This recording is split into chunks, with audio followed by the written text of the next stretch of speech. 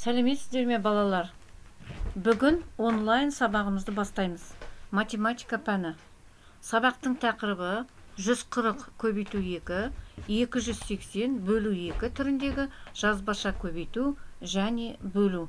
Сабақ мақсаты 3 таңбалы санды 1 таңбалы санға көбейту және бөлу алгоритмінің жаңа түрін үйренеміз. 3-4 бет оқулықты ашамыз. Бірінші тапсырма 3 таңбалы санның разрядына қараңдар.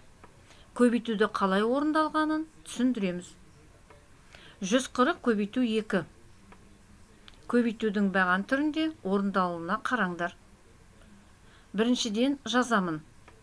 Бірінші көбейткіш 140, яғни 14 ондық. Ондықтың астына екінші көбейткіш 2-ні жазамыз. Ондықтарды көбейтемін. 4 ондық көбейту 2 тең 8 ондық. 8-ді ондықтардың астына жазамыз. Енді жүздіктерді көбейтеміз. 1 жүздік көбейту 2 тең 2 жүздік. 2-ні жүздіктің астына жазамыз. 0-ді түсіреміз. Жауабы 280. Енді балалар көбейтудің баған түрінде орындалуына қараңдар. Бөлудің қалай орындалғанын қараймыз. 280 бөлу 2. Бөлудің баған түрінде орындалуына қараңдар. Біріншіден жазамыз. Бөлінгіш 280, бөлгіш 2. Бірінші толымсыз бөлінгіш 2 жүздік.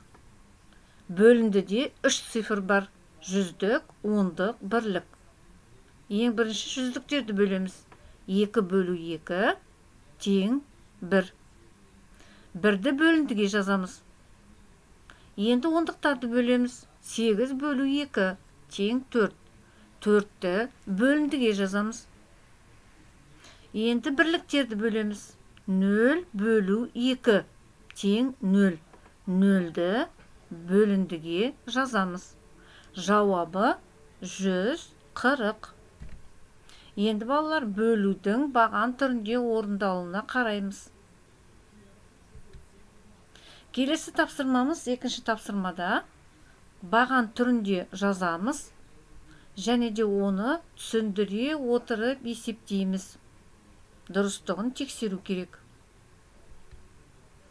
Үшінші тапсырма өрнектерді баған түрінде жазамыз, оларды есептейміз және жауабын айту.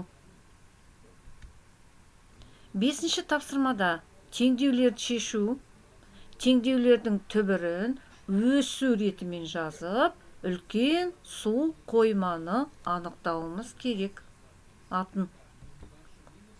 Алтыншы тапсырмада кестені пайдаланып, тура және теңдік, теңсіздіктерді құру. 8-ші тапсырмада сырымның есептеуді қалай орындалғанын қараймыз. Осы тәсілді пайдалана отырып, астындағы есепті есептеп көрейік. Үйге тапсырма номер 10, 6-шы бет.